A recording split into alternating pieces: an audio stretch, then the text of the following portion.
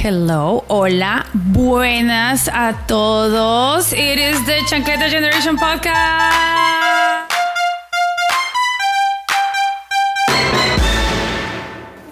Hello, hello. So, as you hopefully know by now, I am Clemencia and I own Moyer Studio and I do advertising to you guys, Latinos, and hopefully in a very authentic way because otherwise, no good. And I'm Cecilia, environmental and social justice practitioner, immigrant from Latin American community weaver. In conversation here with Clem. Yes, and we're so excited. Yes. Ladies, listen up because you're gonna want to hear everything that Ashley says. We have Ashley Paré in the house. Yes, yes, yes. Slay girl. So super excited to have her on the show today. She is a leadership and negotiation coach and the CEO and founder of Own Your Worth. She helps clients gain recognition for their impact at work, yes. Articulate their value, yes, double yes. And earn more money, hell yeah. She's been featured in the New York Times, CNN Money, Good Morning America, and more. And she's a sought after speaker, and you can check out her popular TEDx talk called Have Your Cake and Negotiate Too.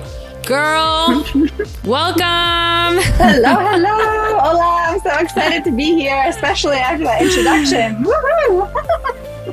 Girl, you're just like doing God's work here. Seriously. Yes, thank you for having me.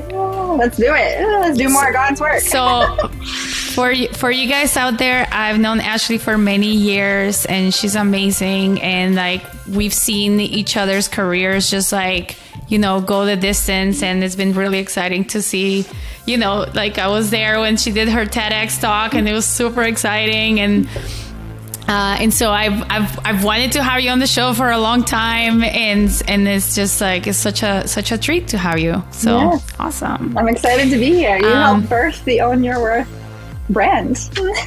Yes, we worked together on the Own Your Worth brand, and it was super fun to do, and you're just always just such an awesome person. So, and I love the mission. It was just like so cool, like, you know, helping ladies negotiate and, you know, own your worth. That was just such a good name. I didn't come up with that. I can't take credit for that. That was all Ashley. And it's such a good name. Own your worth. Yeah, exactly. Because there's gotta be some power coming into this. You're not powerless to this. Like, it's not just like, oh, at the whim of whoever wants to, like, you know, set your salary or your raises. Yes. It's not. So let's talk about this. Ashley, why did you start doing what you're doing? Where did it come from? Well, it came out of pain. Essentially, this burning desire to not feel like I wasn't enough. So in the beginning, selfishly, I had a successful career. I was climbing the corporate ladder. I was in human resources, close to the C-suite. I had access to salary data. I'm a white woman. There was a lot of amazing things happening to me and my career, and I got to see the good, the bad, and the ugly, and everything in between inside of the corporate structure. And it was exhausting, and I was burnt out. And eventually, I finally, you know what? The higher I went up the corporate ladder, the harder it was for me to self-advocate. The scarier it became, the riskier it became.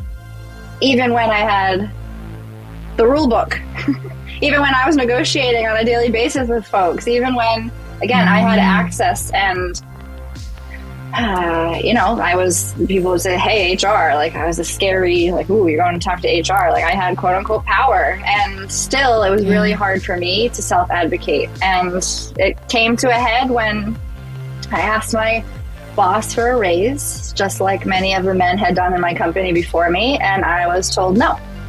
I was told no. I was told by my boss that he was angry at me for asking. And it was a big punch in my gut because I knew he was going to say no. My jaw's on the floor right now. What? Yes. How dare they? Yes. And I knew the answer was probably going to be no, but I held off on asking because I wasn't ready for the change. But once I heard that no, it was, I couldn't avoid the truth anymore, that my role wasn't that valued. I wasn't that valued. I was replaceable. And you know what? That wasn't going to work for me anymore. So from that place of pain and grief of having to let go of this vision for my corporate career dream that I had, I decided that wasn't okay. And you know what? I actually allowed a lot of it to happen because I wasn't feeling worthy. I wasn't feeling good enough. And I thought, if this is happening to me, again, at the top in HR, as a white woman, with access to travel and all kinds of companies, and then, what's happening? What are other women facing? And I wanted to share everything I knew about how to be successful in this corporate game and how to remove the fear around talking about money. That was a big one. And you know what? The crazy thing is that not only did that end, so that job, I left it. I was told to leave. I don't know. It's one of those weird things that it just didn't work out anymore. And they hired a woman of color to replace me, and they paid her even less money than what I was making. And that really pissed me off. Oh my God. And I know. I'm like in shock, but I'm also not in shock. Yeah. It's like, oh. So I went off on my way and started teaching salary negotiation workshops and started to heal my inner world around my feelings about worthiness and what I was deserving of and why I was too afraid to speak up and what I was actually faced with on a daily basis. And I used, again, that pain as my fuel to grow myself, heal myself, and then share that with others, because my goal now is to really not only help women get paid fairly and competitively for their work, but to help them own their dreams, like tap into their wildest, biggest dreams and go after it, whether that's in the corporate world or not, because we only have one life to live and we don't have to play by the rules that don't work for us. And some of those rules were set by men. No, well, yes. I thought that goes unsaid, but yeah, let's say it. Those rules are not set by us, women, or for us. Yeah. So, super interesting. And I always love how, it's sad to think that, a lot of some of people's purpose comes from pain or from trauma or from suffering, but, also is very cathartic to turn this pain and trauma into something that you're giving to the world, to be like, I refuse to have other people feel the same way that I felt. And Yes. I am going to, try to change things so not another woman feels this way or not another person feels Yes. this way. It's kind of like, it's very healing to be able to turn pain and suffering into your purpose. Yes. And I Personally, that was also for me. I know it's I know I went through that to find my mission and my purpose. At the time, it stunk. And that's what I'll tell anyone listening, and you too, is that, the pain stinks, but if you can work with it, learn from it, hang in there, you can use it. You can use it to step into your power. It's actually having the courage to say, I'm not going to take this anymore. And I am actually going to try to do something so nobody else. So it's kind of like it takes some, getting out of the little mouse wheel thing. Yes. And you're like, okay, I am getting off this ride and I'm going to actually go and do something completely different, which is scary. And it's like uncharted territory. But it's like, but then it becomes, the thing that you're like, this is the hill that I'm gonna die on. Yes. Yes. Kind of thing. I'm carrying this flag, and I will take it with me. So this is very healing.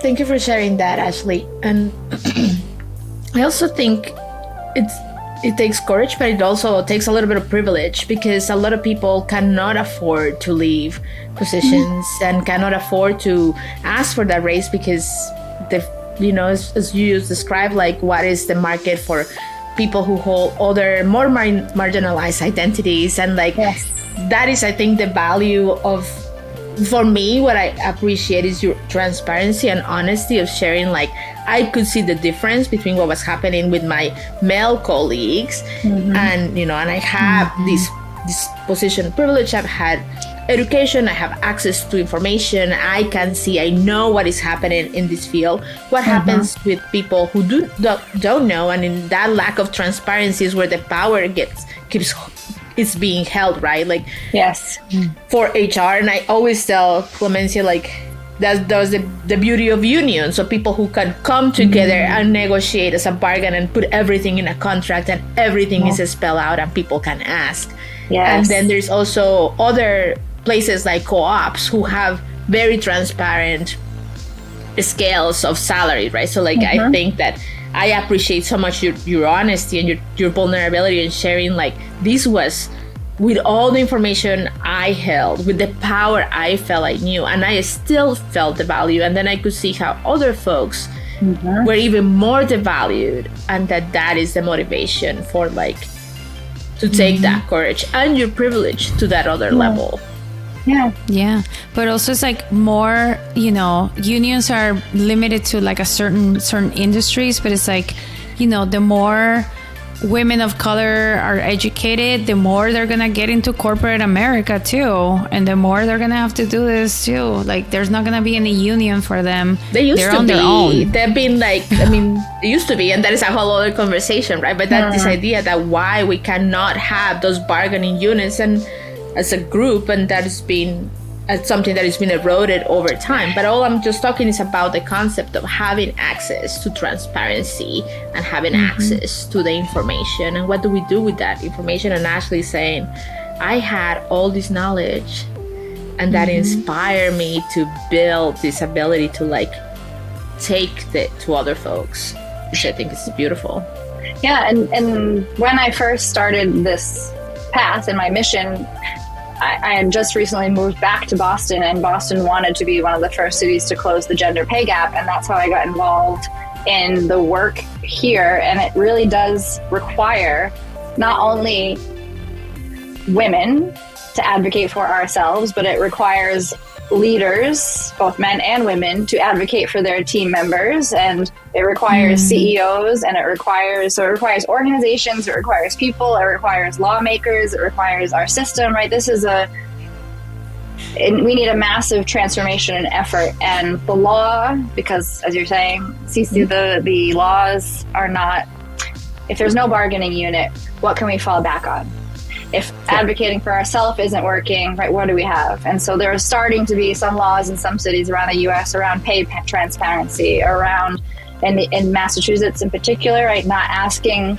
So please do not share your current salary that you're earning with a potential new employer, because it's irrelevant, right? And it's actually now illegal for a company to ask you what you're earning until you get a job offer, because that perpetuates these wage gaps. That perpetuates being paid or underpaid when your role may change, the responsibilities may change, right? And that's, again, transparency. There's a huge debate around this, of course, because we're in a capitalistic society, but there's a huge debate, right, around the transparency piece. And for women, it's going to benefit us in so many ways, just by at least having that knowledge of, like, wow, what's out there, what's possible, because that is a huge piece. Again, from a privileged perspective, I got salary data so early on in my career, and I remember thinking, what, the CEO makes that and he does what? And I was like, I'm gonna make that someday. And it just really, like, motivated me to see what was possible, and that's what I hope to inspire in others. And I think even if you have the knowledge and you have the data, approaching the topic is scary to a lot of women.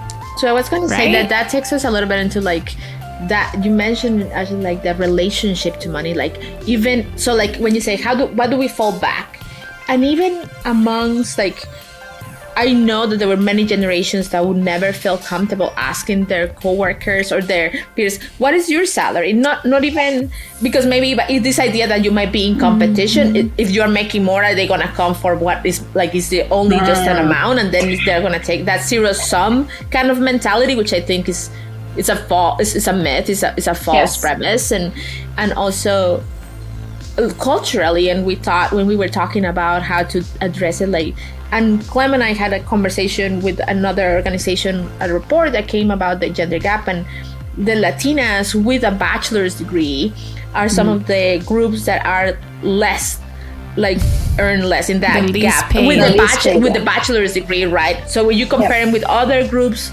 of racial or ethnical of women, Latinas with a bachelor's earn the least, which so is saying it's not a lack of education, it's not like lack of resources and networks, so there is other forces at work. So that's what I'm interested in hearing, how you notice what you know about like relations, culture, and family, relationships to money for women. Yes, this is a huge important piece to the puzzle from a personal perspective and also cultural, because and I feel like it's just a lot of times it's glossed over, or we don't actually truly understand the impact that money has over our entire life. Like, money touches everything, but the truth of it is money, the energy of money is like neutral. It's neutral. It's not good or bad, but we ourselves and our culture assign, right, good or bad value to money. And that from the very, very early ages, like, it grows, and if it goes unnoticed. And so a lot of my work is helping women to understand and become aware of their relationship with money and what they learned about money, and then how to start creating new beliefs around money, so that way they can feel confident to advocate, to talk about it, to ask their peers. And this definitely comes down to, so look, give us some examples of some of those things that they've heard from women. Yes. So look, we've all heard the story, I'm assuming, that money doesn't grow on trees, right? That's one of those sayings that everyone just throws around. No, money doesn't grow on trees. But what we're actually saying is, like, money is scarce. And if you internalize that, you start feeling like, I have to hang on to everything I have. And so money, right? Women maybe don't invest in themselves, or they don't ask for help and get healthcare, mental health support. They aren't able or don't want to invest in, I don't know, a new car, a certain thing, like their own personal development, because they're afraid that if they spend what they've worked so hard for, they'll have less. So that's one example.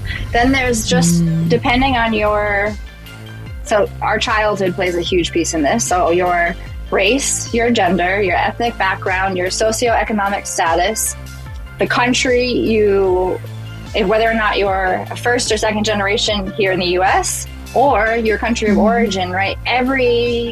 So these are all the layers of what create your relationship with money. And a lot of folks that are first or second generation here in the US, what I'm hearing, right, is that they learn from their parents to work really, really hard, to be grateful for what they have, to not rock the boat, right, to keep their head down. And look, a lot of us have learned, don't talk about money. It's rude. Yes, we've talked so many times about that, where I'm just gonna keep my head down and just like be thankful for what I got. And it's like, you know what? They gotta be thankful for what they got with me too. Yes. Like, I am actually doing I'm actually doing things for them too. I'm bringing knowledge, I'm bringing experience, I'm bringing my, my smarty, my brains, and also my time. Yeah. And like they are also getting something out of it. Yeah. But I think if we talk about women as typical caregivers, we have this added layer of, we should also be taking care of others. We should consider other people's needs. So that's another sneaky way that as women, we learn, don't ask for too much. Or, right, we even have a relationship around money, around what we view, quote unquote, rich people, right? There's how do you envision, like, what do you think about when you think of a rich person? Is it positive characteristics or negative characteristics? What expectations do you put on somebody with a lot of money versus when you feel like there's this struggle. And so it's one question I like to ask my clients is, what did you learn about money from your parents? Whether it was spoken to you directly or they modeled it. And an example that I have is my dad, when my parents divorced and I was around 12 years old, my dad would show me the child support checks that he was giving my mom. Whoa. Not ideal, but everybody, so I have a lot of siblings, and the same event, so that event, right, can impact each of us individually.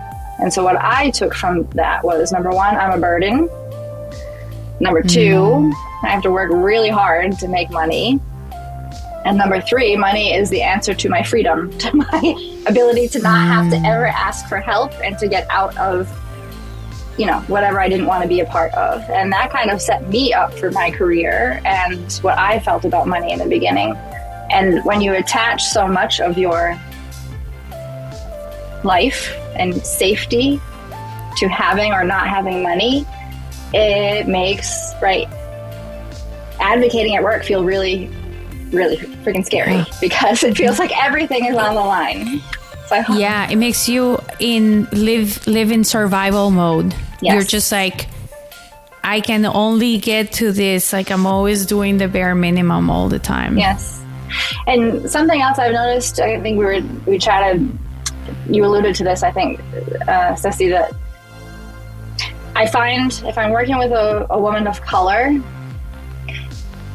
I feel, again, this is general, but there's almost like this, like, there's an awareness that, you know what, I'm probably underpaid. You know what, I know I've had to work my butt off. You know what, like, I'm going to have to go in there and there is a risk, but I am going to say that I'm a woman of color and it's more likely that I'm being underpaid. And so let's work together, right? When I'm coaching somebody, it's like I feel like and this is also for second generation clients of mine, there's less of a fear to actually speak the truth to like what's happening because, right, they're living that experience.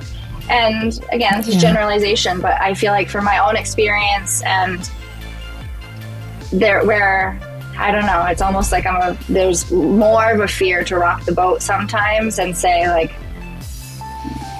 one of the questions I would encourage people to ask an employer is, how many people of color are on your leadership team? How many people of color on the board?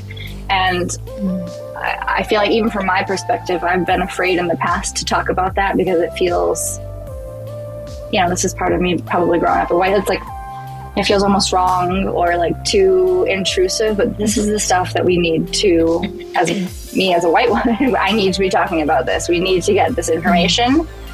And it's important. Yeah, but it makes you almost like act out of fear all the time. Yes. Everything, all your decisions are based on fear, like fear of losing your job, fear of like losing your car, of losing your house. Yes. And if you like ask a question, then, you might lose your job. And it's like, that's no way to live. No. But it's a great motivator. Like fear is like, it's how the system has been set up, and but it's not the best motivator. It sucks. Like it's not a motivator, but it's a strong motivator. Like that is what moves a lot of like how our society is organized right now. So it's there.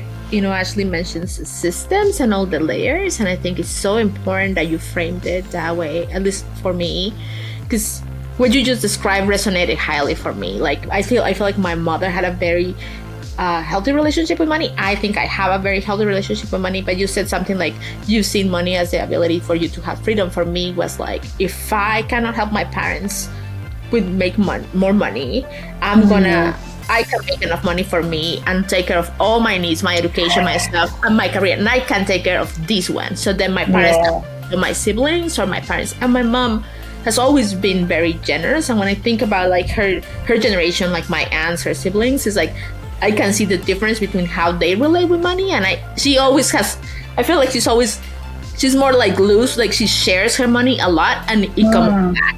And I find that there's a couple of things you said, like seeing the money as an expense versus an investment. And when you were talking about it doesn't grow on trees, I thought it grows in, if you invest it grows in like the beauty of compound interest. It's like miracle, right? Like that's what I was thinking. It was like, it doesn't grow on trees, but it grows in compound interest. But then I thought, it does grow. I always tell people, sometimes It becomes a tree. when I made the decision to take some student loans for my education in a private institution, that gave me a lot of resources, but I also felt like I want to look at this as an investment in myself. I wasn't taking a super large loan, which I just want to make very clear. It was very moderate, and I had a lot of like other resources, and I applied, and then I had to take the time to do other steps. But I looked at those loans, and I'm still paying some of them after 15 years. Yes.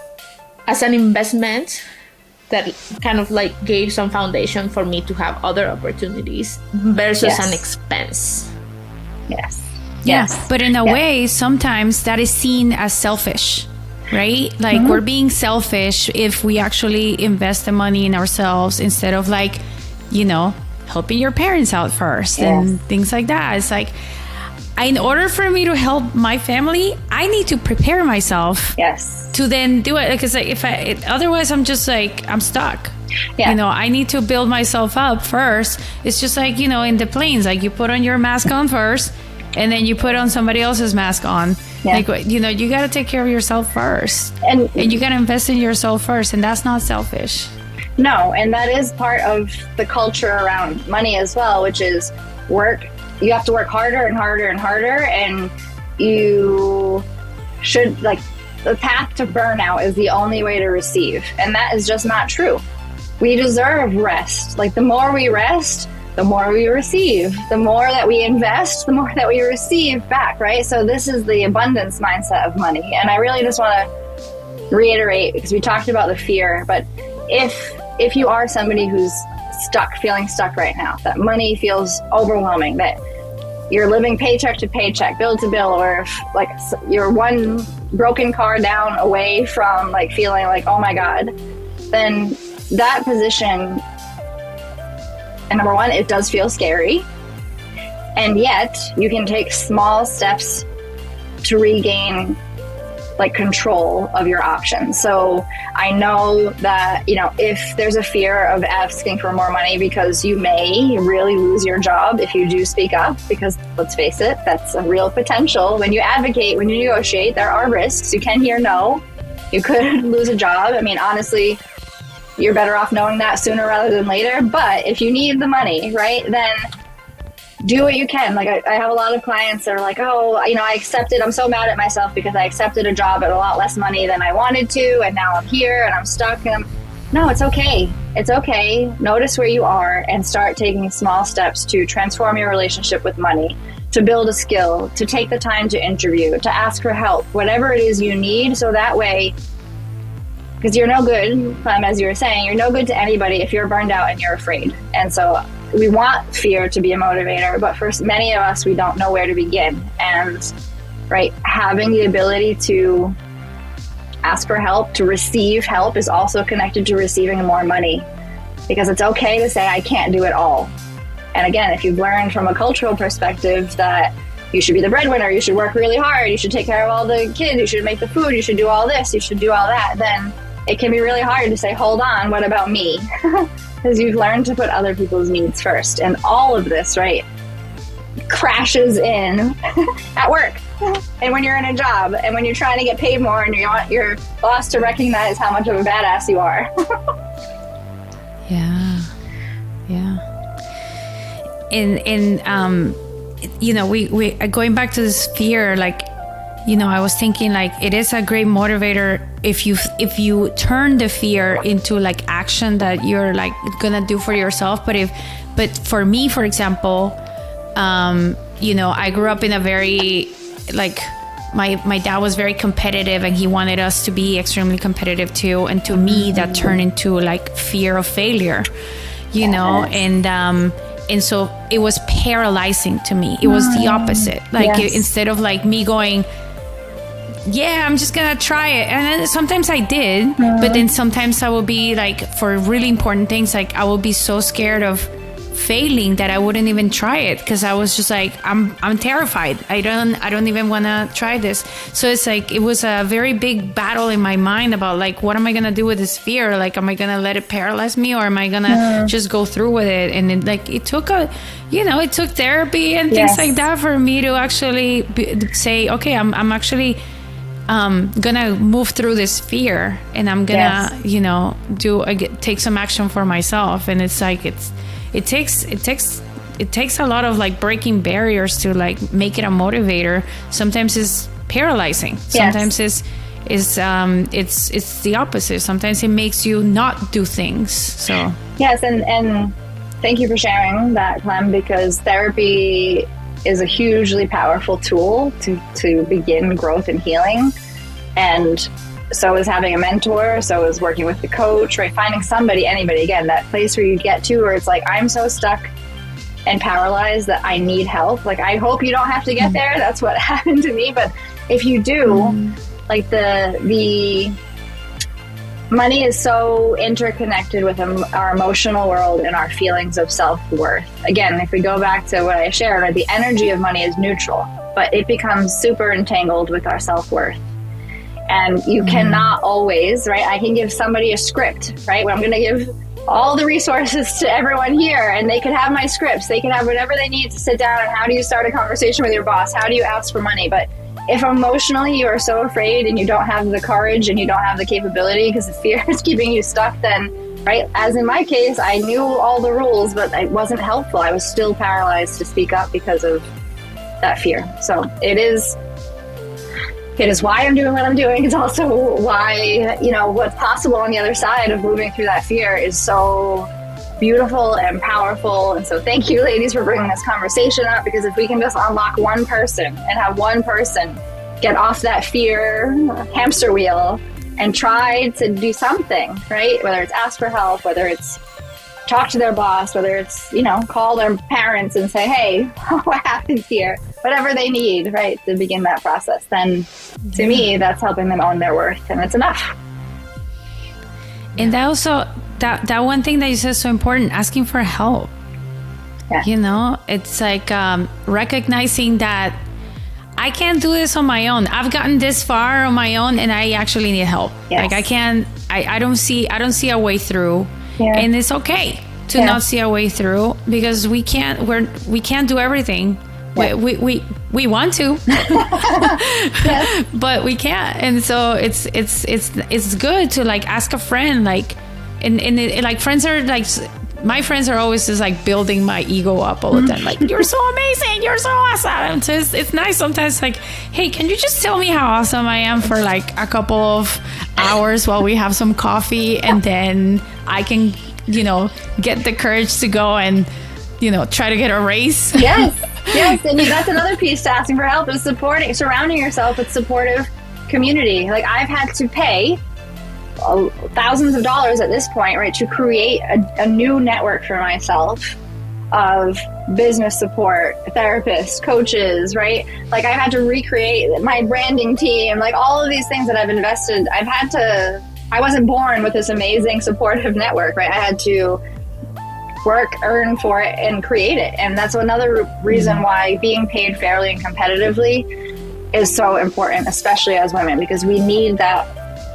option and choice to either choose to take care of ourselves, or I'm a new-ish mom, right? Like, having kids, like we need money to survive in our world, yes. But it's more about, right, being able to have these choices and options so you don't feel stuck. Yeah, I mean, we talked about in other episodes about the concept of having it all, and like, to some people it's just like you can't even envision it, because it's just like it sounds selfish, it sounds impossible, it sounds unattainable, and it's just like, what does it really look for you to have it all? Just write it down. Yes. Put it on a vision board, whatever, and then like work towards that. And this is where we get out of work, or of acting out of fear, and we start walking into like acting out of power, Yes. out of like my dreams, like this is what I want. Even if you're living paycheck to paycheck, like what is it that you really want? Yes. And what can you do? Like what little steps you can take to actually get what you want? And like in the concept of having it all, to me, like, years ago, it was like silly. Like this is just like kid stuff, like who thinks about having it all? Like who can think of like, being paid all this money and then having time to like go on vacation or, or whatever, or like go out and treat myself. It's like, that doesn't exist, but then you're like, okay, maybe I could try. I could attempt. And like, at least I would be in a much better place than not doing anything. Yeah. The what if question is really powerful. Dreaming is so powerful. And that is also, as you said, Clem, it can be stomped out of us as kids, right? Get a good job. This is another one around money. Work hard, go to school, get a good job. Those are your 3 things that equal success, right? As growing up, because your parents want you to be safe and they're all meaning well, but that doesn't always serve us. And doesn't prepare us for the workforce, which is you have to advocate, you have to over advocate, you have to be prepared, you have to fight, you have to, right? And yeah, so I think you maybe have internalized the feeling, Clem, it sounds like in the past, of like, I am a failure, right? For me, my internalization was I am not enough, right? And there's a lot of these root feelings underneath the fear. And so if you can get to that root, you can change it. And so I really want to like reiterate what's possible if you allow yourself to dream, because that belief or that fear is not the truth. Your dream is actually meant to be your compass. But I think, Clem, you also just mentioned something that is also something that has resonated for me for a long time. Is I heard this quote, and I don't know where it is, but it's like, you don't actually want to be rich, you want to be free. You want to have the freedom of time, the abundance of time. So I have to say, for me, I feel like my salary meets my needs, and the work that it does for me is in service, it fulfills me. And yeah, I could take a little more money, but I'll probably, I do the work that I do for the money I receive. It feels fair to me. But also, I could earn more money, but if it's eating into my free time, because another place will require much more of me, that is a trade-off I'm not willing to do at this point, right? In other moments, I've needed it. And a lot of the times, I think, when I hear people talk about like we need more money once we get to that spot, which is like my basic needs are covered, now what the extra or the surplus would do is like, does it eat into time? And I know for a lot of immigrant communities or other people who have here and are like first generation and stuff like that, who are still in that work hard, like this idea, like if you do not work as hard, someone else could take your job, could do your position, like you're replaceable, but also it starts eating into that free time, into that freedom to do the things that you like to do, to have that rest that you so deserve, to be with family and enjoy yourself. So I think that those and maybe also to do something that you love, to turn your work into your purpose, or turn your purpose into your work. That thing that like me and Ashley were just talking about before. Like that's another thing that was not in the books for me. It's like, oh, well, if I want to do something that fulfills me, I might need to just like volunteer, when who the hell has the time to volunteer? I'm like working. I had a full-time job. I was freelancing outside of my full-time job. It's like, when the hell am I going to volunteer to anything? And it's like, how can I turn my dream of like what I want to, or like where I want to put my stamp on the world, and turn that into like money? I have a question for both of you, but I will ask you if that is a money belief you have, or the truth. Meaning, I hear this a lot. If I go to the next level, and if I desire more, it means I'm going to have to make more. I have to work more. It means I'm going to have to sacrifice my free time, my care, my rest, my family in order to make more, right? And I would invite you to both think about whether or not that's just an internal glass ceiling that you've created or internalized from what, again, we've learned about how you earn money, because it is not really all about input and output. There doesn't have to be this equal exchange. It starts first with owning your worth. And yes, designing your ideal life and then allowing it to come to you, right? Because time is not renewable. And this is, if we bring it back to the transparency conversation, this is, I would say, one of the cons, I think, to transparency, because look, at the end of the day, what you say yes to is what you accept. And Cecilia, if you are happy, if you are fulfilled, if you are content and all of your needs are met, oh my goodness, yes, enjoy it, celebrate that. And you don't have to desire more, right? But somebody who says like you should be making more, like we want everyone who says yes, like it has to feel good to you. So if you're in that neutral place or that contentment, that's great. It doesn't matter about how much you're earning, right? But if you feel that you are, number one, underpaid, if you know you're underpaid, if you're overgiving and the exchange of value and service and your time and energy is not equal, then this is where these conversations are really powerful. But the goal in life, I would say, right, is to be in this place where you feel happy and content and fulfilled and supported, and that you have enough. And more than enough would be great, but right, it all comes down to you personally about what's your ideal life. Like some people love to travel, some people don't, and that's okay. So how do you use, again, the money that you are creating to fund and fuel your ideal life? Yeah, I mean, like being a woman of color that owns a business is exhausting. Like, you know, as a vendor, you know, I've had to negotiate rates all the time, or just like, this is our rate. Oh, that's the rate. Like, that's expensive. Oh yeah, but you pay the other guy the same or more. It's like, and those conversations are really tough. And like, just, you know, last year I remember calling a friend of mine who, you know, she's also, you know, in a really good executive position, and I was just like, oh my God, I'm in this situation, I just don't know. And I was like really upset. And she just said to me, please remember that the answer is not working more. And I was just like, that, like, it really clicked for me in that moment. It's just like, the answer is not to work more. Like, just don't, because that was always my reaction. Like, if something was going wrong, I would just like dive in head first and just work more. And in my mind, I was like, yes, I just need to do more.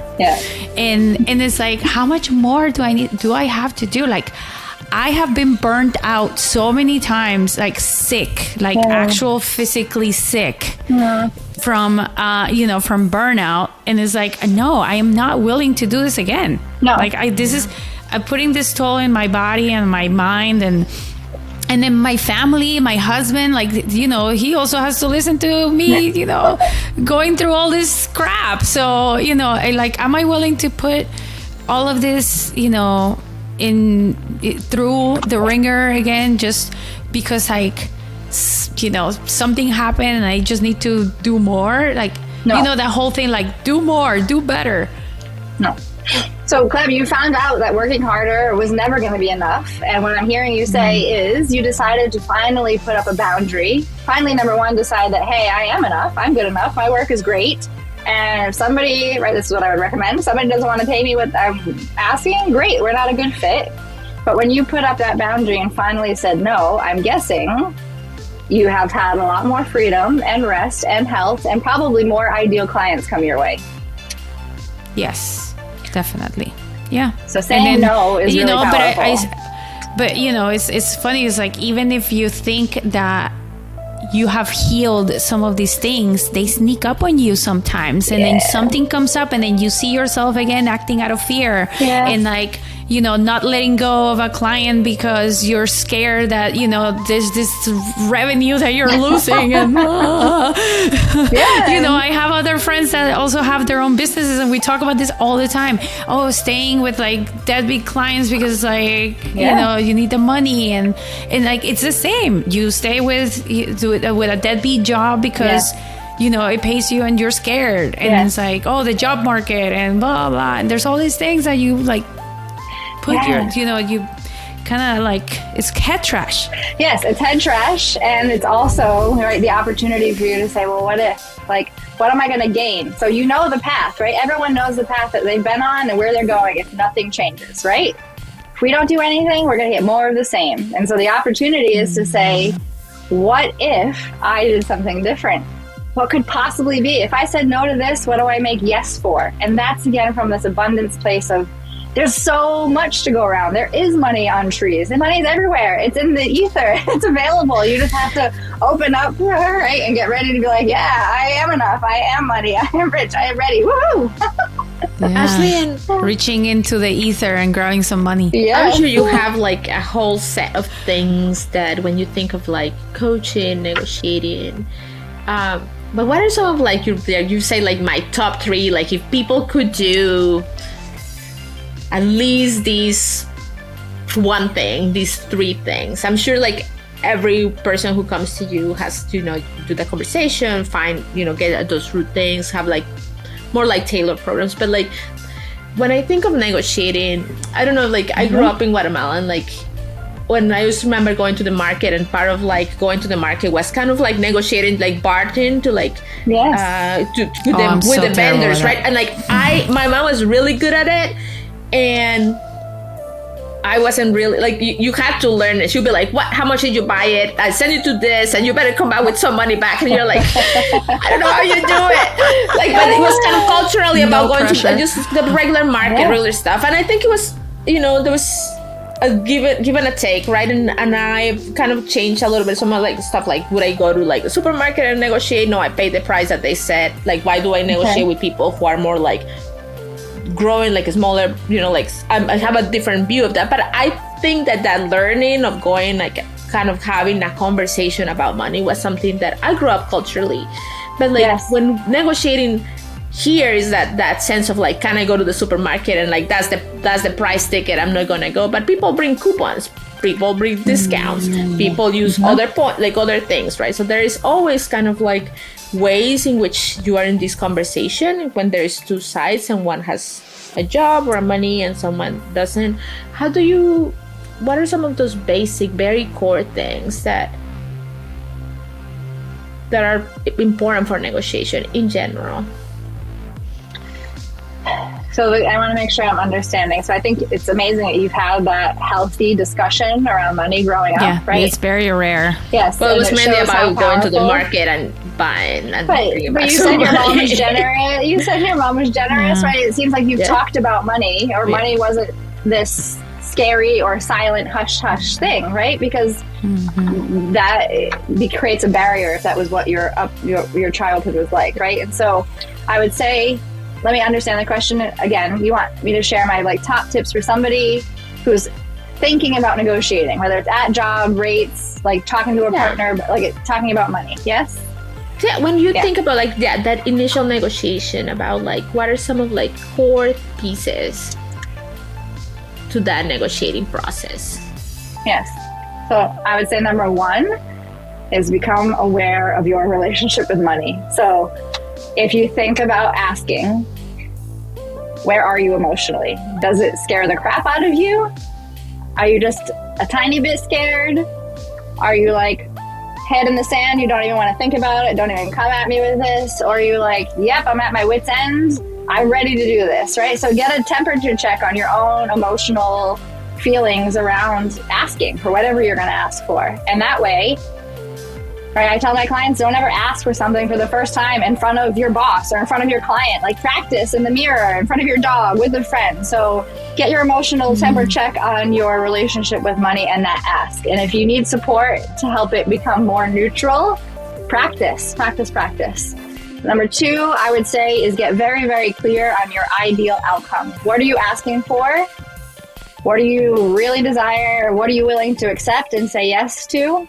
And just say it. You have to be clear. Nobody can help you or give you what you really want if they don't know what it is you want, right?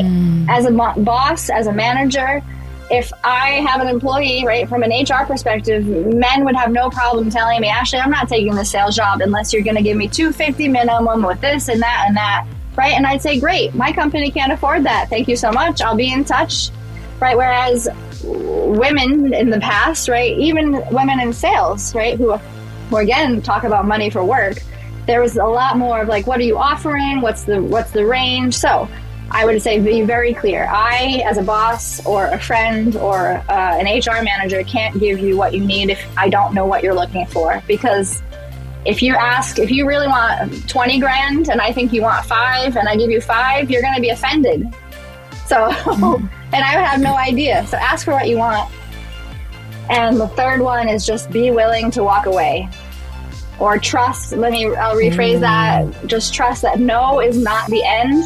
And you can walk away. There's always more opportunity. There's another choice. Like, don't let no stop you. Don't let no be the place where you build up resentment and frustration and anger and just let all this stuff fester. So if it doesn't work for you, say thanks, but no thanks. Or start on that path to trust, you know what? I wasn't meant to be here and I'm going to figure out what's next and go for it. That's wonderful. Thank you. Whoa, number 3 would like hit me like a lightning rod. I was like, ooh. All right, Clem, what are you not walking away from? Now's the time. Yeah, it's now the time to think about this. Yeah, I mean, it's scary to walk away. Because it's scary. Yeah. Well, why? I think we talked about it, but why? It's the fear of like the unknown. You know, it's like, oh, I know this one thing, and if I walk away, I'm going to have to go out and who knows what's going to happen. Yes. You know, and it's like this unknown that is scary. But because you think we are trained, right, and accustomed out of protection to assume that bad things or the worst thing would happen. And this is where owning your worth from the inside out truly changes your life. If you can begin to accept with an A and expect with an E, that amazing things bigger and bolder than your wildest dreams can happen, probably will happen, right? Let that be, again, motivation versus the fear of what if it gets so much worse. And I won't lie, going to therapy, working with a coach on this stuff, like, it's work.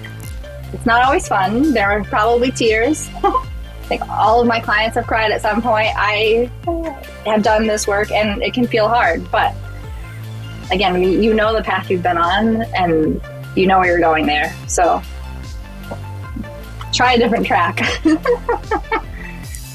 yes. Beautiful. And with that, it was beautiful. Ashley just like beautifully came around and we looped it back and we're gonna close it. And like, that was amazing. And this is definitely why I really wanted Ashley to come to the show, because like some people think that it's like a very mechanical, technical thing like salary negotiation.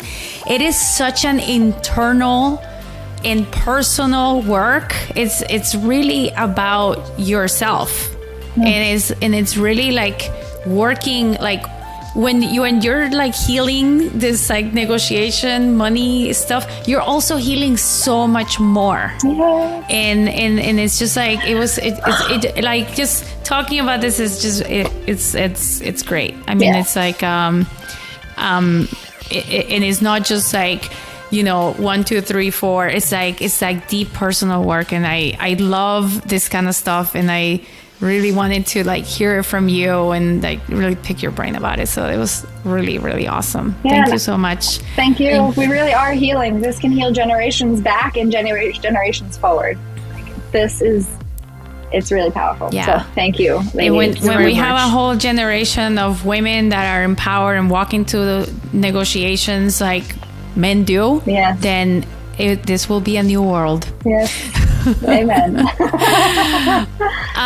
This was so amazing. If you want to get in touch with Ashley, she's on the Instagram. What is your Instagram, Ashley? It is. I am Ashley Paré on Instagram. I am Ashley Paré. Is P-A-R-E. Yes.